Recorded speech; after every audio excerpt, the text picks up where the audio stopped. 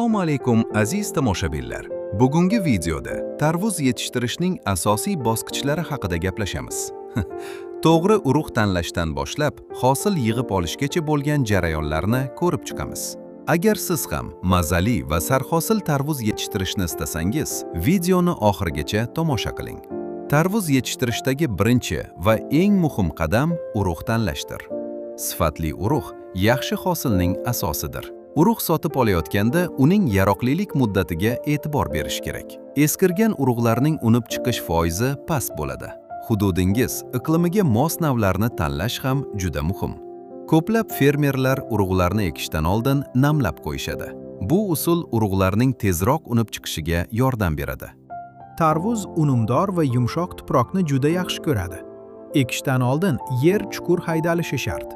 Bu ildizlarning yaxshi rivojlanishiga yordam beradi. Tuproqqa organik o'g'itlar, masalan, chirigan go'ng yoki kompost qo'shilsa, hosildorlik ancha ortadi.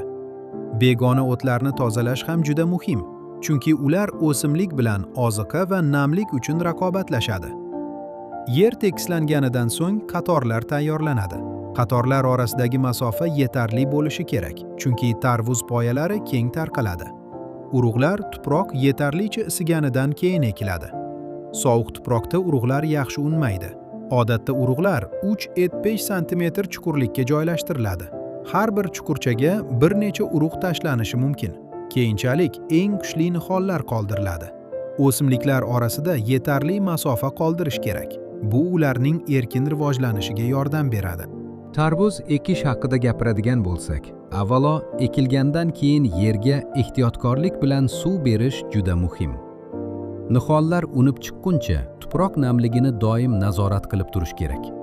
Bilasizmi, tarvuz suvni yaxshi ko'radi, lekin ortiqcha namlik ham yomon ta'sir qilishi mumkin.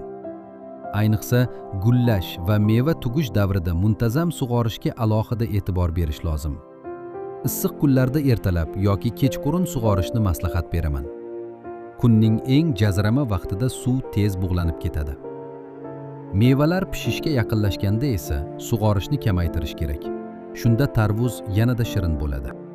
Tarvuz ham xuddi boshqa ekinlar kabi turli kasalliklarga duch kelishi mumkin. Shuning uchun uni muntazam kuzatib borish juda muhim.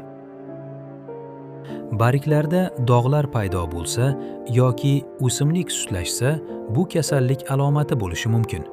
Bunday hollarda kasallangan barglarni tezda olib tashlash kerak. Dalani toza saqlash va begona o'tlarni yo'qotish ham kasalliklarning oldini oladi.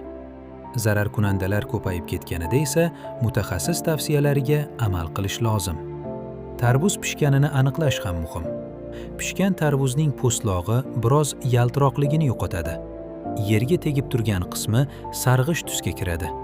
Bandining yonidagi jingalak novda qurisa, demak u pishgan. Hosilni salqin joyda saqlashni unutmang. Mana do'stlar, tarvuz yetishtirishning asosiy bosqichlari shulardan iborat.